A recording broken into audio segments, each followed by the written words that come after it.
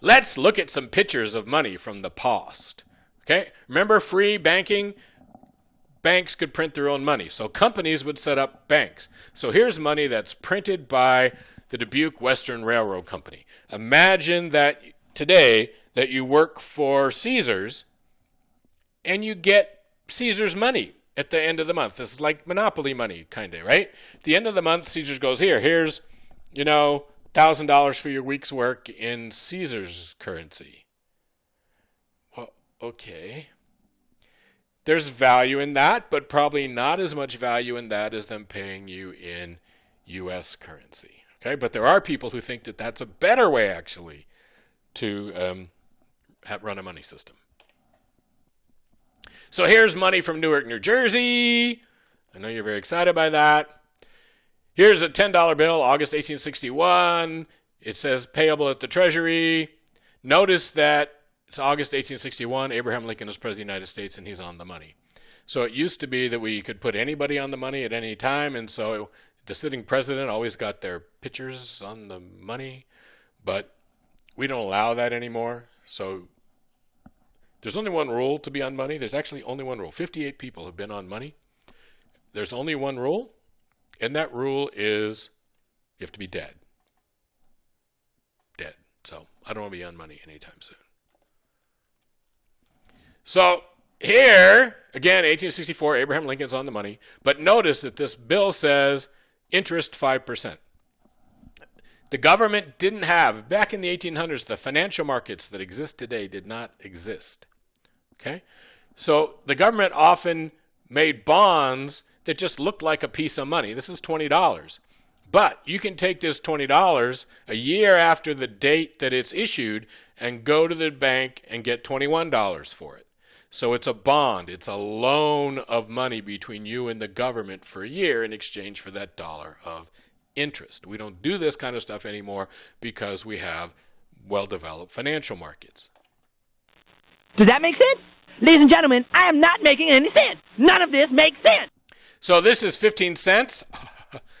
Yeah, funny, huh? This is called fractional currency. It says that right on it. That's William Tecumseh Sherman and Ulysses Grant. It's during the Civil War. The United States experimented with making paper coins. People didn't like it too much. This actually in life is the size of a postage stamp, which is one of the reasons people didn't like it. But it was an experiment, and we went back to actual coins. Just read this, and again, that's General Thomas, the Rock of Chickamauga from the Civil War. But notice it says the United States of America will pay to bearer $5 in coin. So it's not saying that this is legal tender, that this is a piece of money that you have to take. It says you can take this to the Treasury and trade it in for $5 in gold or silver. It's convertible, right? Pay to the bearer. This is national currency. When we ended free banking, we only sort of ended it. For a while, we let banks continue to sort of print their own money, but the federal government printed it for them. So the bank here, the Reno National Bank, would take bonds and give those bonds to the Treasury. Notice it says secured by United States bonds deposited with the Treasurer of the United States of America. So the bank in Reno would take bonds. They would give those bonds to the Treasury. The Treasury would then print up money for that bank. Remember, no developed financial markets. Most people are not going to have checking accounts. They're not going to have a relationship with their bank. If you take out a loan from your bank, they're going to pay you in cash. So they need cash. A picture on this, just for historical reference, that's John Sherman, the author of the Sherman Antitrust Act, and the brother of William Tecumseh Sherman, the general who was on the other money. Here's a $5,000 bill. We don't make these anymore because criminals use them, right? Normal people do not use $5,000 bills. Only criminals used them, and so we stopped making these to make criminals have to carry smaller denominations. That means bigger stacks of money. Notice that it also says 7G, 7G, 7G, 7G, 7G. That means this was created by the Federal Reserve System, and you'll understand where that 7 and G came from before too long. Here's a $10,000 bill. There were $1,000 bills and $500 bills, but who cares? I didn't put those up here for you. Too small. So here's a $10,000 bill, Samuel Chase on it. 12 and L, 12 and L, 12 and L, 12 and L. And L is the 12th letter, right? So it's kind of redundant. Here's Woodrow Wilson on the $100,000 bill. You can go see one of these if you go to Washington, D.C. and go to the National Museum of American History. You can go see one of these. The Horseshoe Hotel in Vegas used to have a wall that had $1 million in $10,000 bills on it. Okay, and you could go get your picture taken with $1 million, and it was in $10,000 bills. When the Horseshoe was sold, the company that bought it realized that that $1 million was actually worth about $20 million, because these $10,000 bills are actually worth hundreds of thousands of dollars each. And so the casino sold them all, sold their $10,000 bills, and replaced the $1 million with $100 bills. So they made about $19 million profit off of the sale of the $10,000 bills. Okay? Now, if you think $100,000 is crazy, here's the Reserve Bank of Zimbabwe, $100 trillion bill. I actually have one of those. It costs like 50 cents. This is what happens when the government just prints all its money and nobody has faith. All of a sudden, you're printing up $100 trillion bills because nobody trusts your money. Okay? Pretty exciting? All right. How much money is there? Well, depends on what you count as money. We have a magic money word, and I didn't write that up here, and I should have, but that magic money word is liquid, L-I-Q-U-I-D, liquid. Liquid means easy to spend. So there's money out there in the world that's hard to spend, and there's money out there that's easy to spend. The first measure of money we use is something called M1. It's all the cash, currency, so it's all the bills and coins and all that stuff, plus any money that's in checking accounts. M2 is that money, M1, plus money that's in savings accounts and money that's in what we call small time deposits. That's, your bank would probably call it a CD, certificate of deposit. Under $100,000 is small. So M2 is all the M1 plus the savings accounts plus time deposits that are under $100,000. What we have is a $1.7 trillion in cash, even though the government thinks probably half of that's actually outside the United States and not actually in circulation. But technically we have $1.7 trillion in cash. We have $2.3 trillion in people's checking accounts. That's $4 trillion in M1. Okay? M2 is 15.8, which means there's almost $12 trillion in savings accounts and small time deposits. Okay? Pretty exciting? We need to answer 3 questions, and 3 shall be the number of the counting, and the number of the counting shall be 3. What's the relationship between money and prices? What's the relationship between money and interest rates? And what's the relationship between money and real GDP? And actually, we've sort of answered these already, but that was in the last section. We need to go back and review and make sure and remind ourselves of what the answers to these questions are. For the night is dark and full of terrors. So remember, the relationship between money and prices is defined by this thing called the quantity theory of money, okay, which is this equation of exchange, that the amount of money times the velocity of money equals prices times real GDP, and each one of those, money times velocity equals GDP, and price times real GDP equals GDP, nominal GDP. So remember, the velocity isn't something we know, it's something we calculate. We just take GDP, divide it by M, and that's how we calculate V. Okay? So this isn't some, well, there are people who think that this is a magic equation, that it's like E equals MC squared and it's perfect. Most modern people don't really hold to that anymore. But the point of this is that traditionally, economists used to believe that there was a relationship between M and P, that it was a well-defined relationship. So if the money supply went up by 10%, prices would go up by 10%. It doesn't really hold too well in the modern world, like not at all in the modern world. And the reason is that V is a variable, it changes all the time. Q is a variable, it changes. And so you have one equation with 4 unknowns, and no matter what kind of algebra you know, you're not solving that. Okay?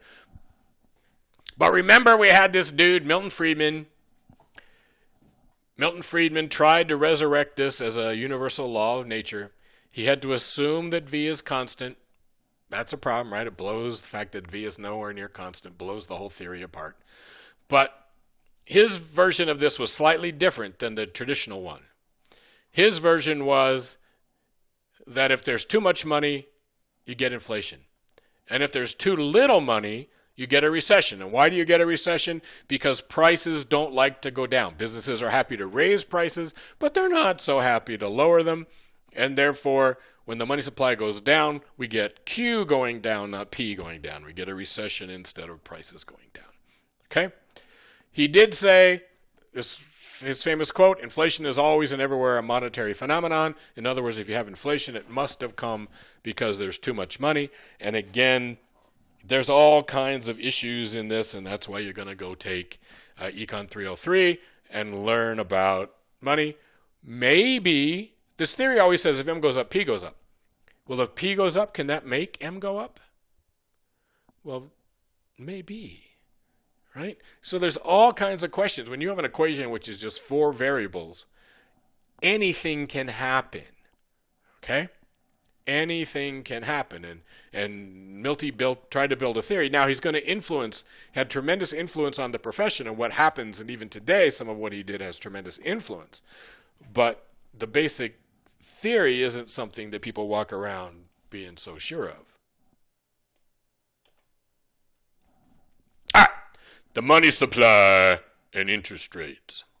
So, interest rates, we believe, modern economists believe, that it's this relationship between money demand and money supply that determines the interest rate. So that straight up and down line on the graph is graph on the left is the money supply. Where money supply and money demand cross, that's the interest rate. It's the supply and demand for money that determines interest rates. The reason the green line is straight up and down is because the government controls the money supply. So what does that mean? That means the government can move the green line around. That means if money demand stays where it is, if that blue line doesn't move, then the government can set interest rates by moving the green line, moving the money supply around. Okay? So money supply affects interest rates. Now, the money demand is not always constant. There's been times, even in the last year, where the Federal Reserve tried to lower interest rates and they went up. And the reason they went up is because the money demand was increasing faster than the money supply, and it pulled interest rates up. But more often than not, the government can change the interest rates by the way it changes the money supply. Okay, so we haven't really talked about the Fed yet, but that guy right there is Jerome Powell, Jay Powell. He's the chair of the Federal Reserve. Some days Donald Trump made him the chair of the Federal Reserve, mind you. And then some days Donald Trump doesn't like him, and some days he likes him, and he says bad things about him, and we'll talk about all that. But anyway, they're in the process of dumping $4 trillion into the economy. So M is about to go up by $4 trillion. Well, there was only $4 trillion to start with in M1. It's a lot of money. Okay? Traditional economists would say, hey, you know what's going to happen? You're going to get inflation. On the other hand, you can point to the fact that the Fed in 2008-2009, when Sky Ben-Bernanke was the chair, they pumped $2 trillion into the economy, and prices actually went down. So again, this MV equals PQ thing is not in any sense perfect, and we'll talk Mo about that as we get into the Mo part, like next chapter.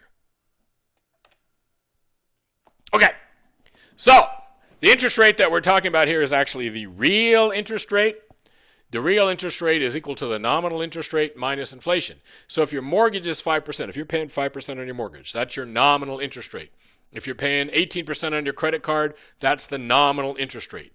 But the actual real interest rate you're paying is that rate minus inflation. So if your mortgage is 5% and inflation is 2%, you're actually only paying 3%. Why? You're giving the bank back money that's not as valuable as what they gave you. So they give you $200,000 to go buy a house. When you pay that house off, that house is worth $250,000 or $300,000, and you give the bank the $200,000 back, but they've lost because the value of the house went up, and now the money you pay them back won't buy the house anymore. Okay? When inflation gets really high, then it's going to hurt banks, and banks are in big trouble. So if you're paying 5% on your mortgage and inflation is like the 70s and it's 10%, 12%, the bank is actually losing money on all its loans, and you can have large numbers of banks get into serious financial trouble. Okay. The relationship between money and production, money and real GDP. The amount of money affects investment. Why? Because the amount of money changes interest rates. So supply and demand for money, it changes interest rates. Investment is affected by interest rates. Maybe not the most important thing, but if Hyundai is going to build a new factory, they're going to borrow the money, they're going to care about what the interest rate is. Right now, as we're speaking, Donald Trump has said, let's borrow another $2 trillion. So we just borrowed $2 trillion to do unemployment benefits and that kind of stuff. And now he's saying, let's borrow another $2 trillion. And his justification for that new $2 trillion is, hey, interest rates are pretty much zero. We can borrow a lot of money and it won't cost us anything. Okay? If 3 or 4 years from now interest rates go up, but for now, free money. Whenever you see that, just think that's scary, but free money. Money affects interest rates, therefore money affects consumer borrowing. If I'm thinking about buying a car, 0% interest is a lot better than 6%. So we consumers are affected by interest rates, which means that more money should lower interest rates, and that should increase investment and increase consumer borrowing and spending, and therefore increase real GDP, at least temporarily.